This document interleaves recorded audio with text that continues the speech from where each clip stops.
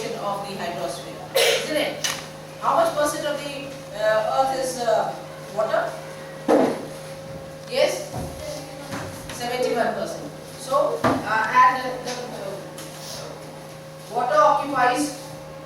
oceans occupy most part of whatever water is available on earth. So 97% of the water lies in the oceans.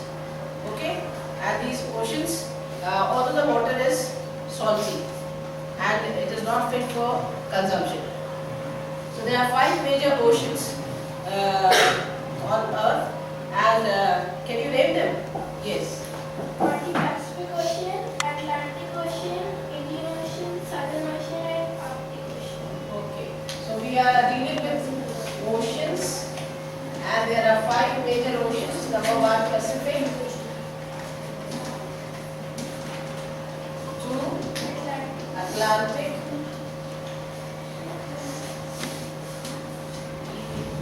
Indian. Southern.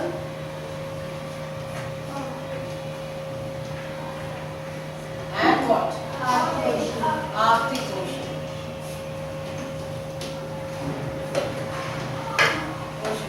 So here in the picture also you see all the major oceans there, and they are surrounding different continents. We're talking about the first ocean, that is Pacific Ocean. Which continents do you think surrounds the Pacific Ocean? Yes? Yes? Asia and Australia. Asia and Australia. Yes? Asia and Australia. And other, yes? North America. So North America. So it is surrounded by Asia, Australia,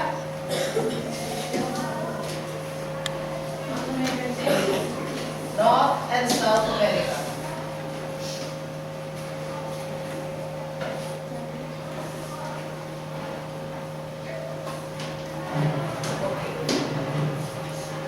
Now, one very important fact about Pacific Ocean is that the deepest point on the earth lies in the Pacific Ocean, and that point is known as Mariana Trench. So Mariana Trench is the deepest point on the earth which lies in the Pacific Ocean. And this ocean is very large. It is the largest ocean, covering 1/3 of the total water bodies. Yes, 1/3 of the total area. Now, moving on to the next ocean, which is Atlantic Ocean. And which continents do you think surrounds the Atlantic Ocean? Yes, dear? South America and Africa. Okay. And not exactly Antarctica, but we find that it is sandwiched between North America and South America in the west, and Africa and Europe in the east, isn't it? So it is thus it makes takes shape of an alphabet. S. Yes, it takes shape of the alphabet S. So it is S shape, and it is flanked by North and South America.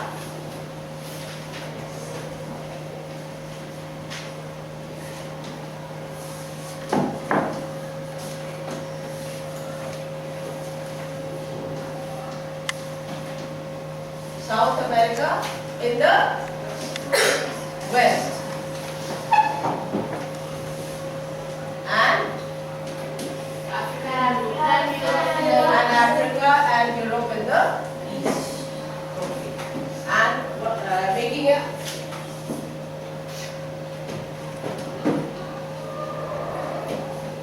resembling which alphabet? S. Then we come to the Indian Ocean. Now, one more thing about the Pacific Ocean before I move on to the Indian Ocean is that this Pacific Ocean is highly indented. As you can see in your book on page 35, you find that water, the coastline around Dublin is all not regular and straight. Water enters into the landmass. When when water enters into the landmass, it creates an indented coastline. So indented would be where water is at regular intervals entering into the landmass, thus creating a cavity or a depression, and this is what happens. And so this type of a coastline is termed as highly indented. Okay, as you can see in your book, in the figure given here. And so Atlantic Ocean is very irregular and it has an indented coastline, and as a result of which you have some very good natural harbors that are present on the coast of the Atlantic Ocean. Harbors, you understand? What are harbors? Yes. Yes, the ports where goods are loaded and unloaded and offloaded on the ships, so that they can move to different countries for the purpose of trade, isn't it? So the harbors are those locations where the ships come and they stand. You may call it a parking area for the ships. Just as you have parking area for the vehicles, similarly, big ships are parked in the harbors and they carry their goods from one country to the other. So, Atlantic Ocean, because of its highly indented, it provides for some very good natural harbors. Harbors not made by man, but by nature. Then also because of the fact that it is sandwiched, Atlantic Ocean is sandwiched between four very important continents. So, what can you infer regarding the trade practices? Yes. Already there are a lot of ships going to the North America and Europe. Yes, different ships moving to different continents and different countries, thus making it the busiest ocean. Yes, it is the busiest ocean. Okay, so apart from that, so from the point of view of commerce, it is the busiest ocean. Now we move on to the next ocean, which is the Indian Ocean. Now, do we find any other ocean which is named after a continent or a country? No. So, what is special about the Indian Ocean? Yes? Okay, it is named after our country, India. So, that India assumes special significance in this respect, isn't it? That a major ocean has been named after it, isn't it? So that suggests or that tells us the strategic importance of India in the world. Okay. Now, what else do you know? What else do you observe about the Indian Ocean? Yes. It is surrounded by Africa in the west, Asia in the north, and Australia in the east. Okay. So it is surrounded by Asia,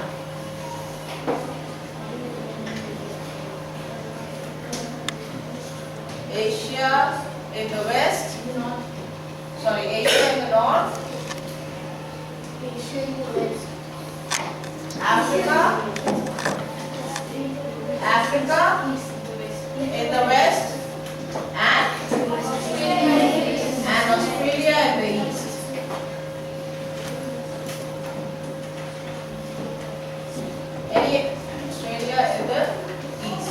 Okay. Any other speciality about this ocean? Yes. It is triangular in shape. So the basic shape that comes out of this ocean is that of a triangle. So it's triangular in shape. Anything else that you know about this ocean? Yes. So It's the warmest ocean. it's the warmest ocean. Why so? That you don't know. Okay. So please collect your facts and then speak. Okay. Although your whatever you say is correct, since it is located near the equator or in the torrid zone, so yes, it might be that it is the warmest ocean. Now moving on to, these are some of the facts about Indian Ocean. It's surrounded by Asia in the north, Africa in the west, is named after the country India, and therefore India assumes a lot of significance, and it is triangular, roughly triangular in shape. Now moving on to the next ocean, we have the Southern Ocean. Southern Ocean. So where do we find the Southern Ocean? Where is it located? Yes. And it is located above Antarctica. Okay, it is located.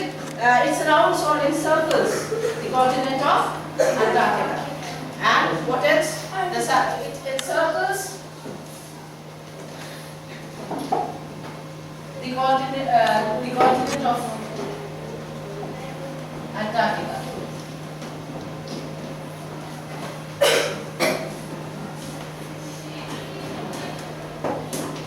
Yes. It extends northward to 60 degrees south latitude. Okay, it extends northward. As you see, it is extending northward, but it might merge with the Indian Ocean. So what is the northward extension of Southern Ocean? Till 60 degrees north latitude. Okay? So it extends till 60 degrees north latitude. Till 60 degrees south latitude, sorry, yes. Because this is southern hemisphere, so it extends till 60 degrees south latitude. Okay?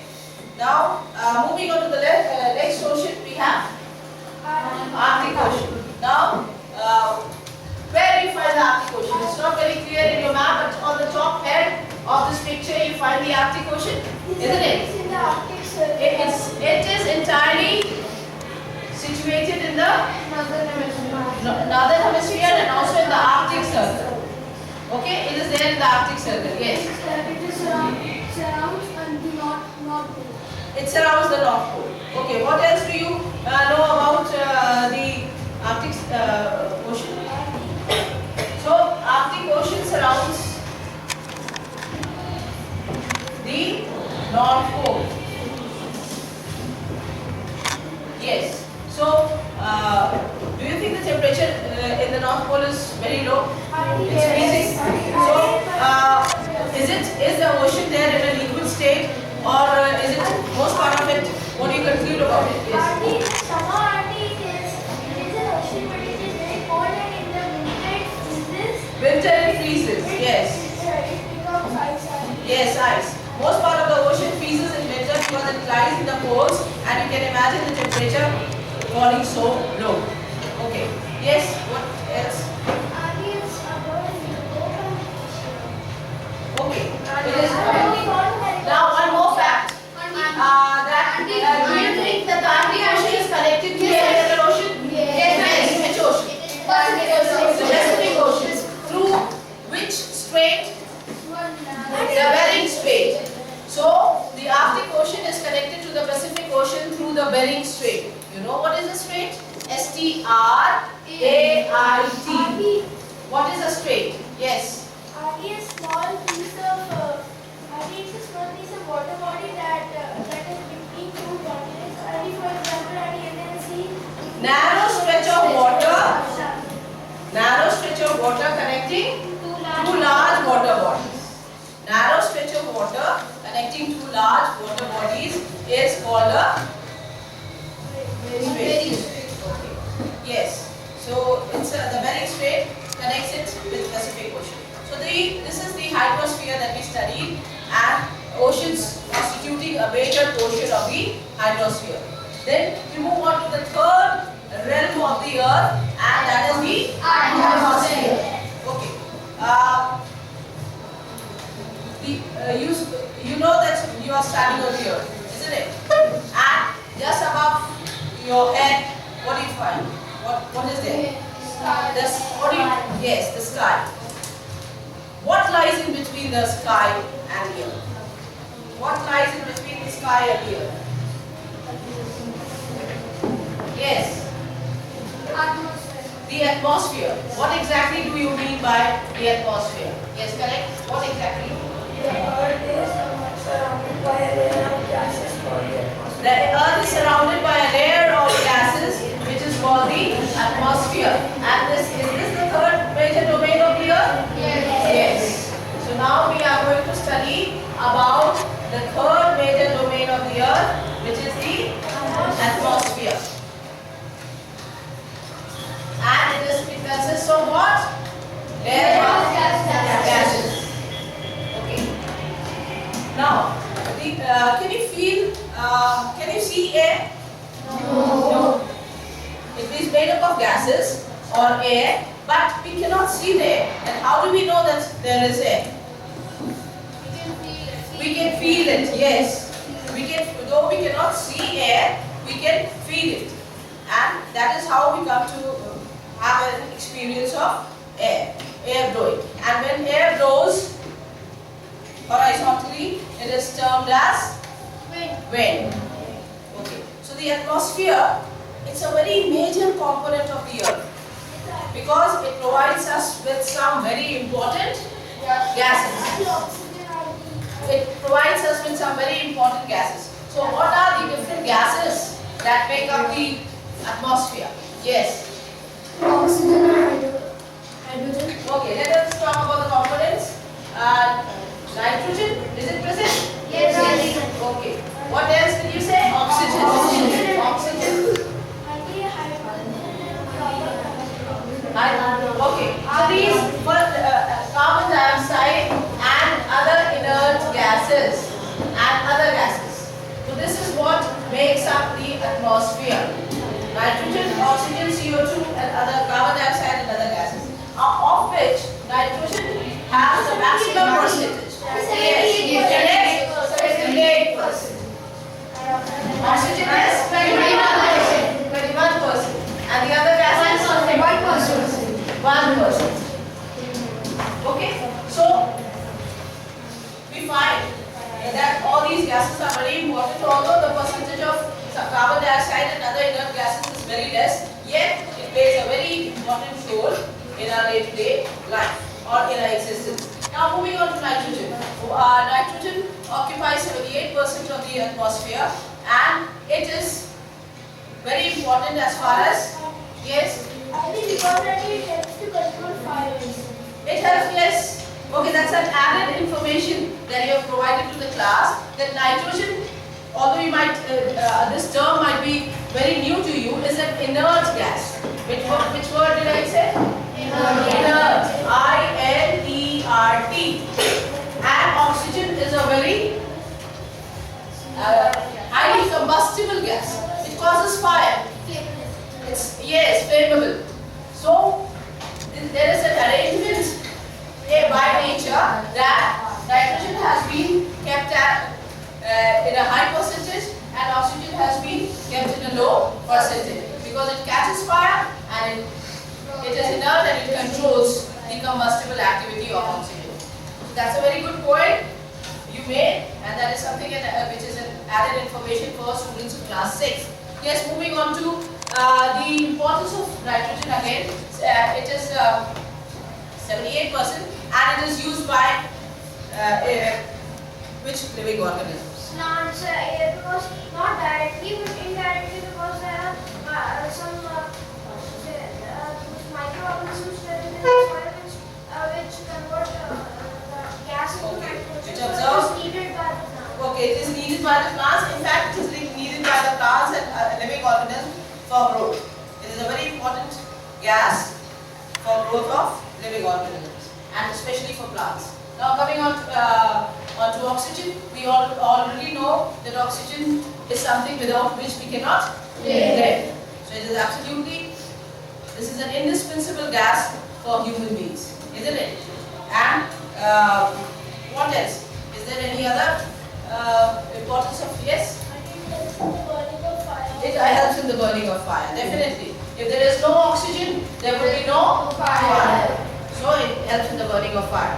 Then moving on to the third gas, which is carbon dioxide. Although it is present in the atmosphere in a very, very small percentage, yet it has got its own importance.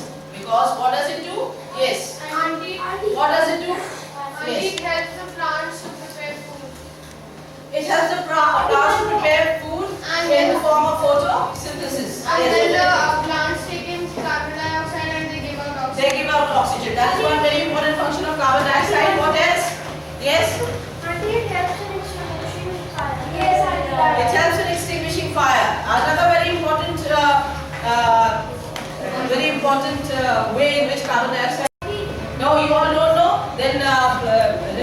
you that carbon dioxide is a gas which is responsible for trapping the heat of the earth. The heat, the radiation which is given out by the earth in the evening, that is trapped by carbon dioxide and not allowed to escape. And that is why the earth remains warm. Otherwise, if there was no carbon dioxide in the atmosphere, then the entire heat would have escaped to outside space, and the earth at night would have become very cold. So carbon dioxide, that is why it is responsible for trapping the heat of the earth. So all these gases play a major role, in the atmosphere and in our day-to-day life. Now, one more important fact. Now that you have read about the different components, the different gases that make up the atmosphere, but the atmosphere is made up of layers of gases, and these layers have been given different names. They have been classified into different names or types. What are the layers of gases? Yes. Exosphere, thermosphere, mesosphere, stratosphere, troposphere. Okay. So we find that the atmosphere is arranged in 5 layers. layers, and the first one is the troposphere. The second is stratosphere. Mesosphere,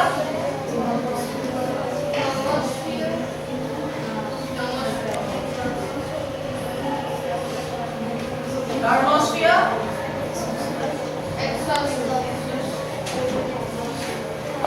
and finally the fifth one, which is the exosphere. You know that X means exit. So the outermost layer is called the exosphere. Okay, so these are the layers of the atmosphere, and all of them have some or the other role to play in maintaining life on Earth or yes. Yes, atmosphere as the ozone layer. So these are the 5 layers of the atmosphere. Now you find that most of the air that constitutes the atmosphere is piled up near the Earth's surface. Why so? Why is it that most of the layer of the gases, they are piled up near the Earth's surface, and it is very dense, but as we go to some height, it becomes thinner. Why so? Yes. Because the space is made of vacuum and No, I don't think that is the exact reason. No? The gravity of the earth pulls everything towards itself. You know that? You have heard of Earth's gravity? So even the gases are pulled towards the earth. So they pile up near the Earth's surface. So the air near the Earth's surface is very dense. But as you climb up, the air becomes thinner. And that is why when mountaineers have to climb mountains and go to great heights, they carry oxygen cylinders with them, because oxygen becomes less at high altitudes. Okay? Because the Earth's gravity is pulling all the gases towards itself, and they are piling up near the Earth's surface. Okay? Now, this is what we read about the atmosphere, the different gases that constitute the atmosphere, and how it is divided into different layers. Now, moving, since we have done all the 3 realms of the earth, there is one very important realm which makes up or constitutes, or which is a part of all the other 3 realms. Okay? So all the other realms, like the lithosphere, atmosphere, and the hydrosphere, are they connected to each other? Yes. So the narrow zone of contact between the land, water, and air, it is called the biosphere. What is the speciality or characteristic of this sphere? sphere? Yes. Auntie, it is the sphere of light. It is the sphere of life. Finally, we come to the sphere of life. This is the sphere where we can find all kinds of life. And life in its most diverse form. Life in its most diverse form. When I use the word diverse, I mean that you can find life as telescopic as a microscope. As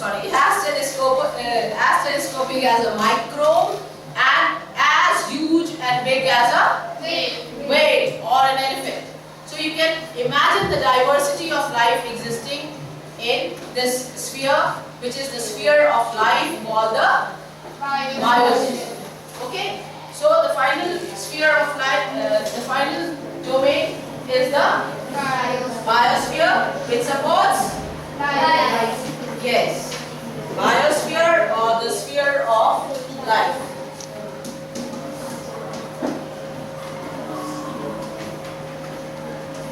It supports life, isn't it? And so it is a major component of the earth, isn't it? Now, do you think, now since we have read all the three, or to say all the four spheres, do you think that anyone is more important than the other? Or all of them have equal importance? Okay, all of them have equal importance. So, harming any one of the domains or causing any bit of destruction to any of the domains will affect or impact the other domain, isn't it? So, let us see how they are interconnected with a small example. Now, suppose we find trees in which domain? Trees and plants. So, we find that humans are indulging in cutting of trees and creating infrastructure, isn't it? So, all trees and jungles and forests are being cut. What impact does it have on any other domain? Come on, if anyone can suggest. What impact, cutting of trees, what impact does it have on any other domain? It is one of lithosphere, yes. The roots of the trees help the plant to stay firm, so there are more chances of floods. Okay, it increases the chances of floods. Yes, because the roots of the trees are responsible for holding the soil together, and if the trees are cut, the soil will be washed off easily by water and increasing the chances of soil erosion and floods. Yes. And if the soil goes off, then it affects the biosphere and the atmosphere also, because plants give oxygen to the air, and if plants are cut down, Yes, the oxygen percentage in the atmosphere will be affected if the plants are cut down. So the other domain which is being affected is the atmosphere.